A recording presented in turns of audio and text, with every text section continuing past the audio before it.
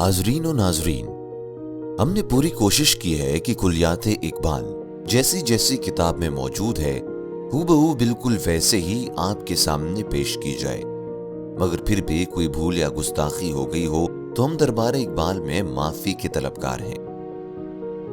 جیسے کہ سبھی کو پتا ہے، حضرت علامہ اقبال رحمۃ اللہ علیہ کی شاعری بہت ہی گہری ہے۔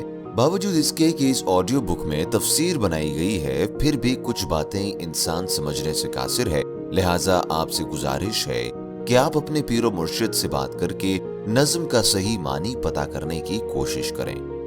اللہ ہم سب کو اپنے حبیب صلی اللہ علیہ وآلہ وسلم کے صدقے صحیح علم حاصل کرنے کی توفیق عطا کرے اور کلمہ طیبہ کو دل کے ہر گوشے میں اتار دے، آمین۔ اعوذ باللہ من الشیطان الرجیم، بسم اللہ الرحمن الرحیم۔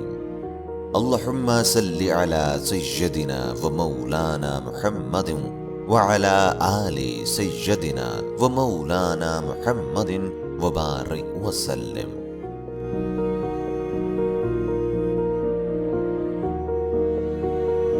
کنارے راوی۔ سکوت شام میں محو سرود ہے راوی، نہ پوچھ مجھ سے جو ہے کیفیت میرے دل کی۔ پیام سجدے کا یہ زیر و بم ہوا مجھ کو، جہاں تمام سواد حرم ہوا مجھ کو۔ سرے کنارہ آب رواں کھڑا ہوں میں، خبر نہیں مجھے لیکن کہاں کھڑا ہوں میں۔ شراب سرخ سے رنگی ہوا ہے دامن شام، لیے ہے پیر فلک دست راشہ دار میں جام۔ عدم کو قافلہ روز تیز گام چلا، شفق نہیں ہے یہ سورج کے پھول ہیں گویا۔ کھڑے ہیں دور وہ عظمت فضائے تنہائی، مینار خواب گہے شہسوار چغتائی۔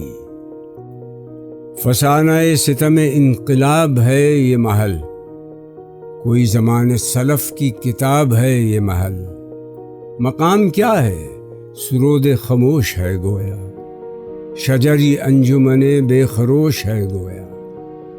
رواں ہے سینہ دریا پہ ایک سفینہ تیز، ہوا ہے موج سے ملاح جس کا گرم ستیز۔ سبک روی میں ہے مثل نگاہ یہ کشتی، نکل کے حلقہ حد نظر سے دور گئی۔ جہاز زندگی آدمی رواں ہے یوں ہی، ابد کے بحر میں پیدا یوں ہی، نہاں ہے یوں ہی۔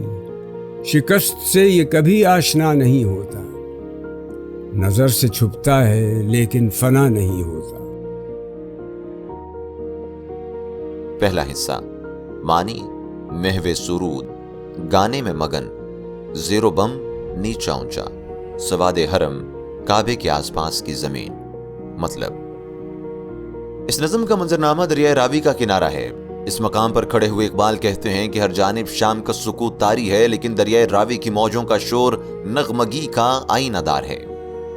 اس لمحے جو کیفیت میرے دل کی ہے، اس کے بارے میں مجھ سے کچھ نہ پوچھو۔ دریا کی موجوں کا زیر و بم میرے لیے تو سجدے کا پیغام بن گیا ہے۔ میں تو اس عالم جزم میں ہوں کہ ساری دنیا مجھے خانہ کعبہ اور اس کے گرد و پیش سے ہم آہنگ نظر آتی ہے۔ یہ درست ہے کہ میں بہتے ہوئے اس دریا کے کنارے پر کھڑا ہوں، تاہم اپنے خیالات میں اس قدر مگن ہوں کہ یہ بھی نہیں جانتا کہ کہاں کھڑا ہوں میں۔ دوسرا حصہ، معنی دست ریشہ دار، کانپا ہوا ہاتھ، عظمت فضائے تنہائی، تنہائی کی عظمت بڑھانے والے، خواب گاہ، سونے کی جگہ مراد مزار، شہ سوار چغتائی مراد جہانگیر بادشاہ۔ مطلب، ان لمحات میں شفق کی سرخی شراب کی مانند شام کے دامن کو رنگین کر گئی ہے، اور یوں محسوس ہوتا ہے جیسے قرن ہا قرن سے گردش میں رہنے والے بوڑھے آسمان کے ریشہ زدہ ہاتھ میں شراب کا یہ جام آ گیا ہے۔ دن کا قافلہ عدم کی جانب تیز رفتاری کے ساتھ رواں دواں ہے۔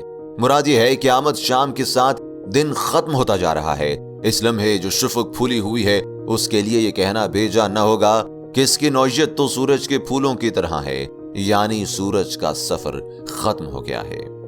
اس منظرنامے میں شہنشاہ جہانگیر کے مقبرے کے مینار اپنے عظمت و شان کے ساتھ اس کنج تنہائی میں ایستادہ ہیں، یہی وہ مقبرہ ہے جہاں شہنشاہ جہانگیر ابدی نیند سویا ہوا ہے۔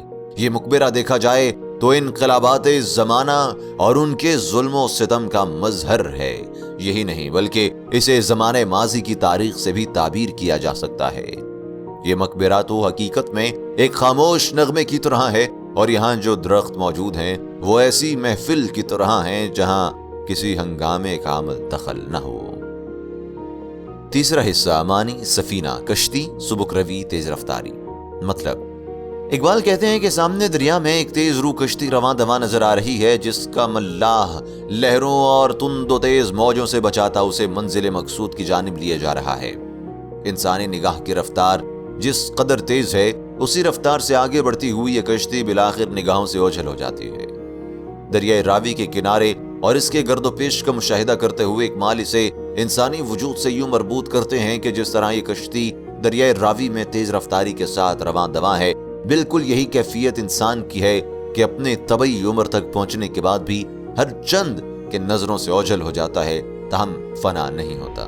مراد یہ کہ اس کی روح بے شک غائب ہو جاتی ہے، تاہم وہ مرتا نہیں بلکہ ایک طرح کے منظر سے پس منظر میں چلا جاتا ہے۔ بے شک یہ ایک بڑے تخلیق کار کا کمال ہی ہو سکتا ہے کہ وہ اپنے مشاہدات اور تجربات کے بطن سے بعض ایسی مطلق حقیقتیں برآمد کرتا ہے جن تک کسی دوسرے کی رسائی بلا شک و شبہ نہیں ہوتی۔ چنانچہ یہی امر اقبال کی عظمت اور بڑائی کا بین ثبوت ہے۔